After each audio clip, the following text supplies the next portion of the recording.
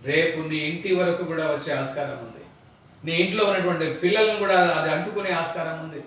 రేపు నీ గ్రామంలో ఒక పెద్ద పాయిజన్గా, ఒక విషపు సంస్కృతిగా ఈ సమాజానికే ప్రమాదకరంగా నేటి డ్రగ్స్ అలవాటు ఉన్నటువంటి వాళ్ళు మారే ఆవిష్కారం ఉంది. కాబట్టి దాన్ని మనం ప్రారంభంలోనే దాన్ని త్రుంచివేయకపోతే, కూకెట్టి వేళ్లతో దాన్ని కనుక మనం తీసివేయకపోతే మన సమాజానికి చాలా ప్రమాదం. ఆరోగ్యకరమైనటువంటి మంచి వాతావరణమును మనము సృష్టించాలి అంటే ఎక్కడో అక్కడే ప్రతి ఒక్కరిలో చైతన్యం రావాలి.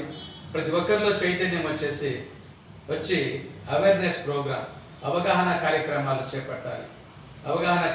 చేపట్టి ప్రభుత్వ అధికారులు కూడా ఆ డిపార్ట్మెంట్ ఈ డిపార్ట్మెంట్ అని మా ప్రత్యేక స్పెసిఫిక్ డిపార్ట్మెంట్ మాత్రమే కాదు, కానీ ఈ ప్రతి డిపార్ట్మెంట్ కూడా ఇన్వాల్వ్ కావాల్సినటువంటి ఆవశ్యకత ఉంది.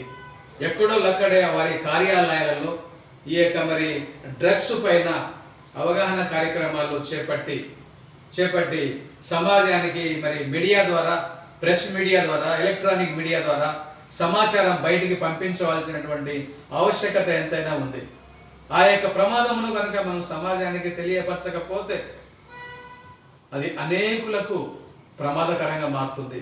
అనేకుల జీవితాలు, అనేకుల కుటుంబాలు, మరి ముఖ్యంగా మన సమాజంలో అనేకులు, ముఖ్యంగా రాష్ట్రానికే పెద్ద ప్రమాదం, దేశానికే పెద్ద ప్రమాదం.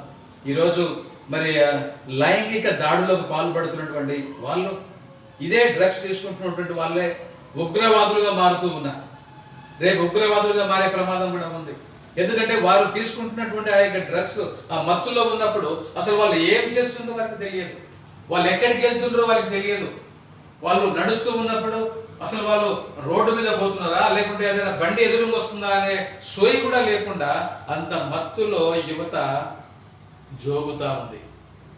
మత్తుల్లో ఉన్నటువంటి యువతను మేలుకొల్పాల్సిన బాధ్యత మనందరి పైన ఉందని చెప్పి తెలంగాణ ప్రజలందరికీ కూడా విజ్ఞప్తి చేస్తున్నాం. దయచేసి ఈ విషయంలో అందరం కూడా మనం చేయి కలిపి సహకరిద్దాం, ముందుకొచ్చి యువతను, సమాజంలో ఉన్నటువంటి యువతను ఈ మహమ్మారి నుండి కాపాడుదాం. ఈ మహమ్మారి మన తెలంగాణ రాష్ట్రంలో లేకుండా దీన్ని తరిమి వేద్దాం. మన ముఖ్యమంత్రి గారు రేవంత్ రెడ్డి గారు ఇచ్చినటువంటి పిలుపును అందుకొని, ఆయన పిలుపును మనం బలపరుస్తూ, ఆయన పిలుపుకు మనం సహకరిస్తూ మనం అందరం కూడా యుద్ధం చేయగలిగితే ఖచ్చితంగా మన రాష్ట్రంలో ఈ యొక్క డ్రగ్స్ అనేది లేకుండా